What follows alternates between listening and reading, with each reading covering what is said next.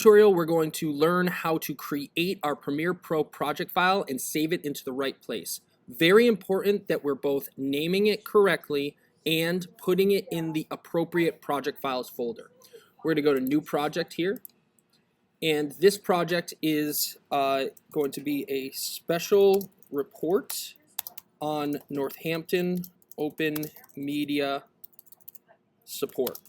This is the exact name of the actual folder here as well. Name them identically. A lot of times people just start randomly naming or putting final or final. That tells us nothing if we actually have to search them. So it's very important that you name the projects correctly. Here we're going to go after that, choose location. And in choose location, we're going to go to the 2024-2025 camp.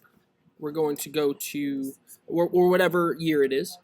We're going to go into the correct season, the correct segment, and then project files.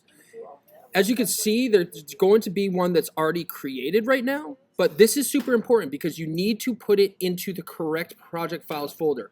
Never trust that if you see that it's going to project files, it's correct, because it often goes to the last project file saved. So we always have to go camp, whatever season, whatever the segment is, project files, and that's also going to create all of your autosave files. So if it all of a sudden crashed, these are automatically saving every 6 to 10 minutes.